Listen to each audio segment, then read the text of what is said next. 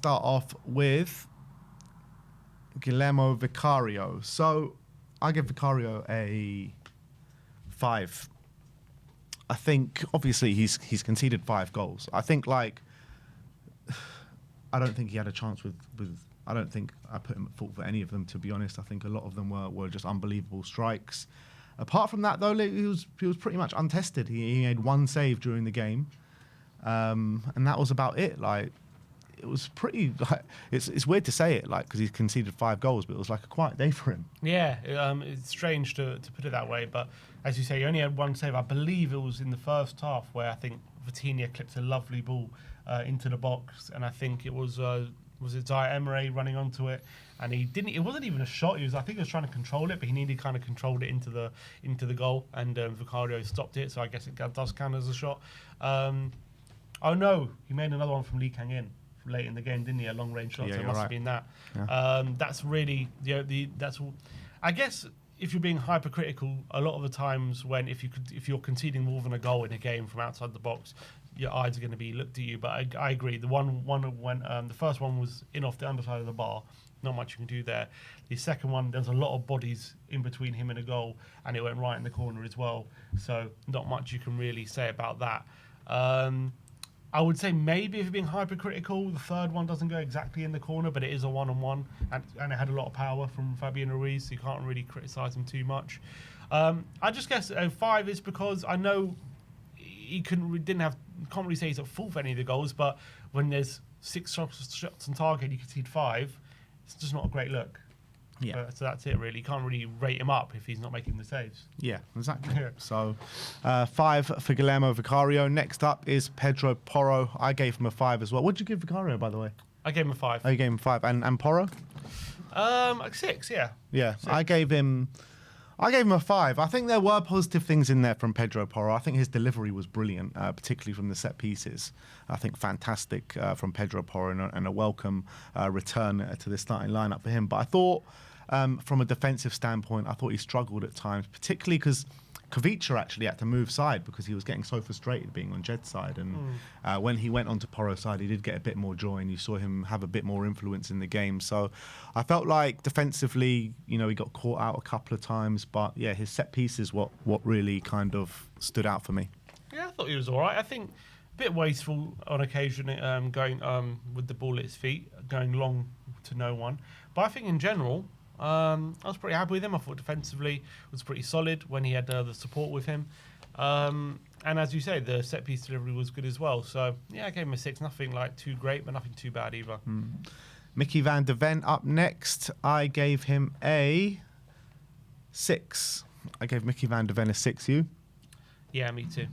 Yeah, I don't think it was, a great performance. I gave him a 5, actually. A 5. I don't think it was a great performance at any stretch of the imagination. I felt like you could see him getting under pressure in that moment when PSG scored a few goals. And the second half, it wasn't that good from Mickey. But in the first half, I thought he looked a lot more comfortable. Maybe being in a bit of a higher line, be a bit more aggressive, be a bit more on the front foot. So with Mickey, I thought, decent first half, and then kind of waned a bit in the second. Yeah, he got done in one moment in the first half, didn't he? He came sliding in. I think the little teenager, what was his name? The striker, don't know his name, but he started up front. He kind of done him a bit in the first half. But I thought in general was okay. But I think his box defending wasn't wasn't as good as it has been in some of the other games this season. Definitely, I thought on the ball he looked actually really good in this one. His passing was really good, but I think for the goals that we conceded, especially from outside the box, could he have done a bit more? Could he get closer to some of the other players, some of the Vitinha essentially, potentially, yeah. Cuti Romero, 3 from me. Yeah, 3. 3 from Sim, captain on the day, and it wasn't really captain's performance, unfortunately, because in these games it's so important to have your leaders on point, and if they're not, and they start making errors like they do, it costs you the game, and it definitely cost. Romero's errors cost us the game yesterday. I think 2 of the goals he should have done a hell of a lot better for. He was defending well at times in the first half, but as any player on the team, but particularly the captain, You cannot be making these errors in such a game like this. No, and especially when your team have worked so hard to get a foothold in the game, and it's just so careless from him. And it's not the first time he's done something like that, like we've seen. Obviously, we know when he's, on top of his game.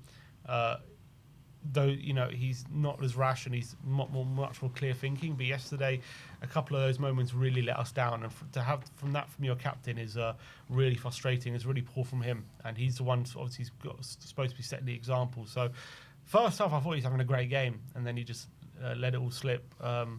Like Tottenham, kind of unravelled with his mistakes, and that was very, very frustrating from my point of view. Jed Spence at left back, I'm giving him a 6. I gave him a 7. 7. Yeah, look, Jed was probably the best out of the back line, in my opinion. The way he was getting forward, attacking the space with intensity. I thought his delivery once he got there was pretty poor, to be honest, but the intent was definitely there from Jed Spence, and you didn't see him consistently check back onto his better foot, which was pleasing for me to see at left back, because that's one of our main criticisms we've had with Jed since performing at left back this season. So that was good, and I think he forced the manager Enrique into a tactical switch in terms of getting Kavisha to go and get on Porra's side, because Kavisha was getting no joy out of Jed Spence, and I thought he locked him down. Yeah, and he had obviously a great game in the Super Cup, and he continued it, I thought, in general yesterday.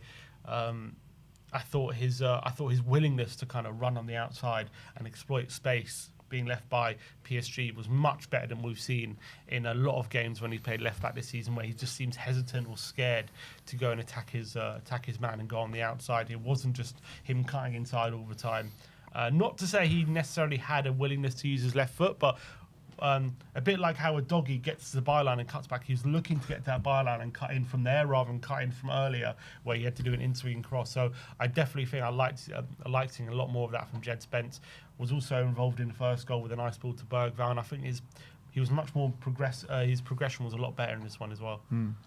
Next up is Rodrigo Bentancur. I gave him a 6. I gave him an 8. An 8. I thought it was really good. Look, I thought Bentancur he'd put in a good performance. There was a couple of things. Well, first of all, the ones that you mentioned in the match review, like you just can't turn your back to a shot like that against no opposition. Never mind a player like Vitinha. You know what I mean? So I thought that was a bit cowardly from Bentancur in that situation. There was also a couple of situations where I thought he was that kind of senior player in the midfield trying to shield the back four, and I thought we just let them have a bit too much space on the edge of the area, and I thought Bentancur should have done a bit better in those situations. However, I thought he was very combative in the middle of the park. He got the ball forward pretty well. The pressing to win the ball back for the goal that we scored as well, I thought was for Mwani's goal, I thought was fantastic. It was Bentancur's best display for a number of weeks, that's for sure. Yeah, and I thought he looked a lot more energetic. And I understand I was frustrated with the second goal when he turned his back, and that's really inexcusable for us, especially when you're the senior player in the midfield. You can't be doing that. You got to put your head in where it hurts, and that's just what you get paid for, essentially. But I think in general, really strong performance. I thought he commanded physically at midfield a lot better than he has been. He was covering a lot of ground, making a lot of tackles. Obviously, got the. I think he tackled Vitinha for our third goal. Yeah. So that was really good as well. So the and you know what? Good. Not many people can tackle Vitinha, by the way. Although I have to say, Vitinha did take a bit of a loose touch. But look, you got to exploit it, and he did. I thought it was a really strong showing from Bentancur in general. I liked a lot from what I saw from him. All right, next up is Pape Matar Sarr. I gave him a 5. I gave him... Oh, I didn't rate him. But I give him a 5, yeah. 5, yeah. Look, I actually thought Pape in the first half was brilliant. Back to the kind of old Pape that we know and love, like pressing really intensely, winning the ball back on a number of occasions for us. Just, that old cliche with Pape Matar Sarr covering every blade of grass. That's what he was doing in the first half. I was delighted with him at half-time. But, he was one of the culprits that let PSG back in the game and essentially gave the game to PSG with mistakes from him and Kuti. Yeah, and some people in the comments are saying that Romero gave passed him the ball, as much as that a mistake, is because Sarr was calling for it. Apparently, he had his arm out calling for it. So he has to take a bit of responsibility there. If that is, I have to watch it back. If he was calling for it, you don't do that if you've got 2 men on you and you're at risk of losing the ball. And obviously, it did cost us. And he was quite weak in that. I could see what he was trying to do. I think he was trying to pass it off to Porro. But there was another PSG to his left, a player to his left. If he would have passed it to his right, there's Pentacle right there next to him quickly. So, bad mistake, whatever way you look at it. The fourth goal as well, I also think lack of awareness, just trying to dribble his way out of trouble. And when he went to clear it, it was too late. Paco was already there and obviously got the goal. So, very frustrating. I did think he was definitely the weakest of the midfield, for sure. All right, next up, we are going to look at Mr. Archie Gray. Archie Gray, for me, a coming of age performance from Archie Gray last night. I'm giving him an 8. Yeah, I gave him a 7. I thought he played really well, but and obviously his role in the first goal was brilliant. Yeah. Not only the clever run, the nice touch and a beautiful dink on his weaker foot, wasn't it, to Moani at that back post. So that was really good. In general, just a really strong showing against one of the strongest midfields you can ever come across. I thought he was fantastic. I thought he was comfortable on the ball. He was driving the team forward. He was showing quality. He looked completely at home on that pitch. Like, seriously, that Archie Gray performance blew me away a little bit, and I feel like that's probably his best performance in the Spurs shirt when you take into account the opposition as well. He's really made he's staking a claim for a consistent starting spot in this team. I think every time he's started this season, or every time he's played this season, he's done himself a lot of favour and getting himself a lot of goodwill with the fan base now. So I think he's got to be starting. He's got to be starting with those kind of performances. I agree. The only reason I maybe gave him a 7 is I did think in the second half he started to wane a bit. He did tire, and obviously got taken off on 76. But look, I think in general, for the most part, fantastic. And yeah, I want to see him play in midfield more. And I think he was also like a bit more box to box and just sitting as well yesterday. So I really like that. Mm-hmm. All right, Lucas Bergvall, I gave him an 8 as well. I also gave him a 7. 7. Yeah. Similar reasons. I thought it was brilliant up until when he wasn't, I guess. Yeah. I thought with Lucas, like in that first half, he was like the hub of the team, wasn't he? I mean, those little kind of back flicks that he was doing with Archie Gray. Like I feel like the first goal. Yeah, there was one for the first goal. There was another one in there as well, which, it was just incredible to do that again against the level of opposition what PSG are. I thought he was fantastic, Lucas Bergvall. Another welcome return to the starting lineup for him, and he did himself favours, and I feel like him and Archie Gray have got a nice little relationship on the pitch. Yeah. So this is his first appearance game, yeah. since the concussion. Yeah. So yeah, great welcome return back to the lineup. I think this position definitely more suited him more than being just a standard number 10. I think it gave him a little bit more positional kind of freedom. He's kind of playing more off the left a lot of the time as well, off the ball, and I think he obviously did his defensive duties really well. But again, I know he had that breakout season last season, getting our Player of the Year, but to play with such confidence, he's still 19, not even 20 yet, is he? He's still 19. Having that confidence going away at PSG, doing backflips, pulling him off, just shows the star quality that he does have. This guy, we all know it, but it's just a timely reminder of what a serious talent he is, and brilliant showing. And hopefully this leads to more starts in the Premier League. So that's especially in midfield. I don't want to see him in number 10. Play him in midfield in the Premier League, because we need to see him there. We haven't seen him there anywhere near enough this season. Now, here's a question for you. If we're going to go back to a 4-3-3 or a 4-2-3-1, whatever it is, what is the 3-man midfield you want to see now at Fulham? I think Bentancur, Gray and Bergvall. Bentancur, Gray and Bergvall. So no Javi? Yeah, good point. Javi. What to do with Javi? Because I'm thinking about it now, and I'm thinking Gray, Bergvall. It might... Gray, Bergvall, Javi. I know it's very open, but I think you're looking at Gray and Bergvall. They both got bite in the challenge. They both can cover so much ground. But they also had Sarr and Bentancur. That's also true, yeah. I think you probably still, if you're going to play a 3, you probably still need one of Bentancur. You're saying Javi, Bergvall, Polinia, but I think Gray's got to start. Is it going to have to be one of Gray and Bergvall? No. Look, I think Ben. I thought maybe not. Look, maybe not start Xavi. Look, as much as it is, he's not doing it at the moment. You play Bentancur, Gray, and Bentancur, Gray, Bergval in a free. Get Gray and Bergval being box to box, and I would like to see that. Fair enough. Maybe we can do a panel show about it in the next few days. But all right, let's talk about Richarlison. I gave Richarlison a 7. I gave him an 8. An 8. Look, he was very good, and it was an absolute far cry to what we've seen over the last couple of weeks, and more reminiscent, maybe not as good, but more reminiscent of what we saw in the early stage of the season from Richarlison. Definitely having Moani next to him helped him.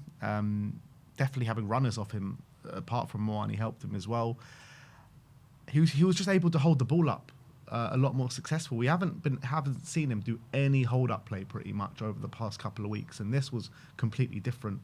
Not only was he able to hold it up, but he had runners around him to feed off as well. He wasn't isolated. Yeah, so I think he showed that aggression, intensity. He got his goal as well. 3-3 now for Richarlison.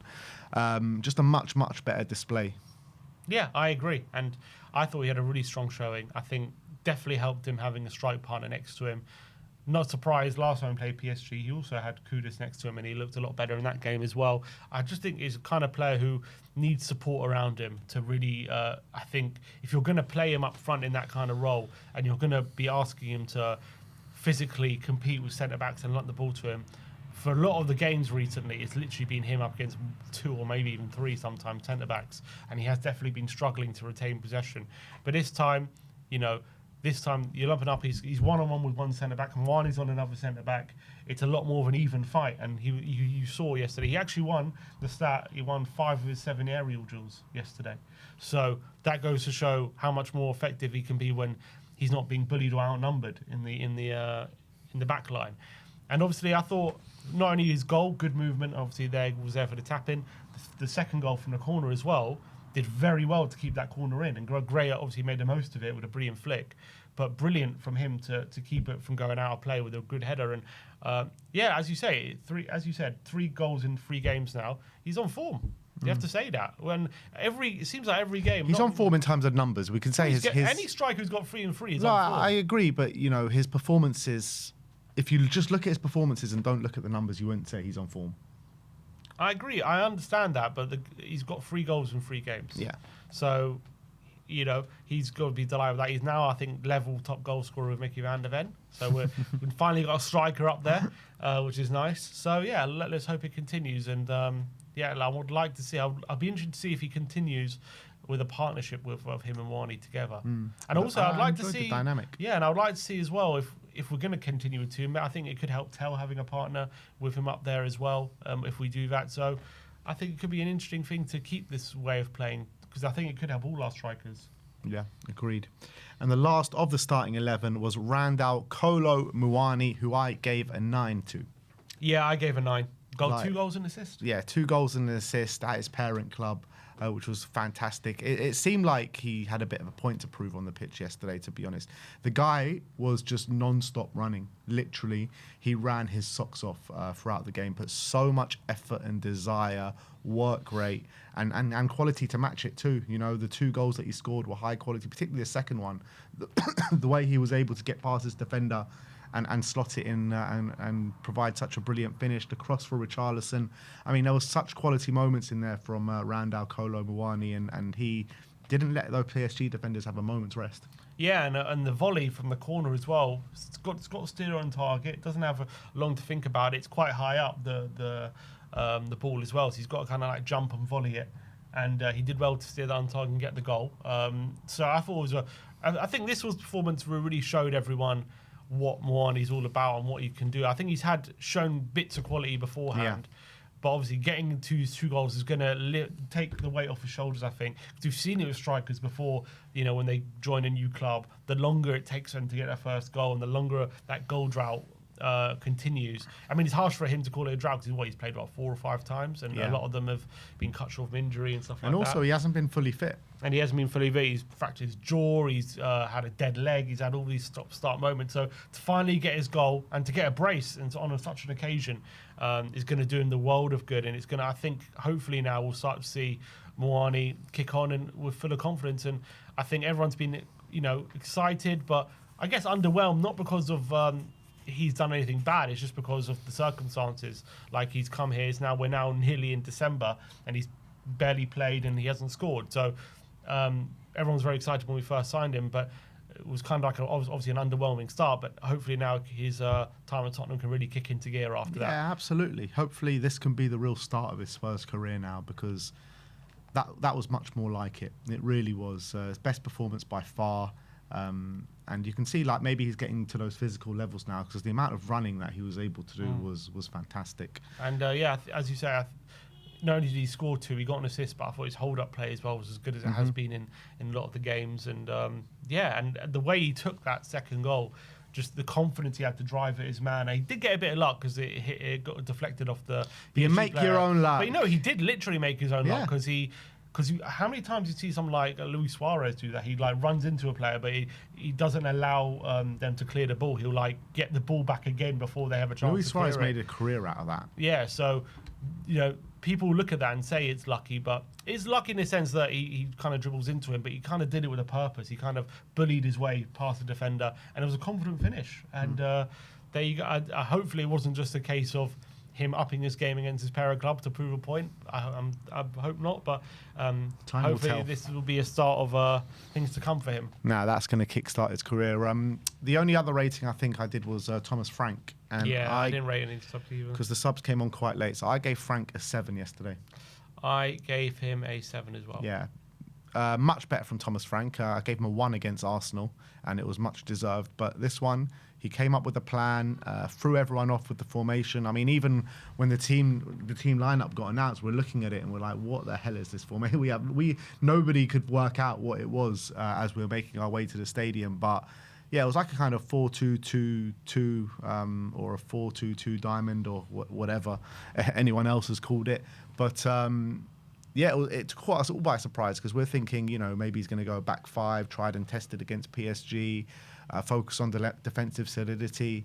But no, he actually focused on going at PSG and pressing high and forcing them into mistakes. And it was I think it's like, in terms of chance creation, being able to hurt the opposition is the best, one of the best I've seen us this season in terms of being able to create chances, and it's against high quality opposition. So we wanted to see fight. We wanted to see a bit of attacking intent. We wanted to see a team that's together, and we wanted to see some tactical flexibility, and maybe even giving some other people a go, as opposed to the players that are not working, or the players together that are not working, not individually. So I think we saw everything that we wanted to see yesterday, apart from the final result. Yeah, and I think he was brave in his selection and with the way he set us up. I think that was kind of what we were looking at before, because before the game we predicted it was going to be a 5-3-2 and it was going to be Bentancur, Paolini and Sarr. And we're like, is that maybe the best way to try and get a result in this game? Is that what he's going to go for? But that would have maybe been the safe thing to do. But he was brave. He put Gray in, he put Bergvall in straight up, and he put them straight into the midfield. And he said, "We're going to press them high. We're going to go for them. We're going to be brave."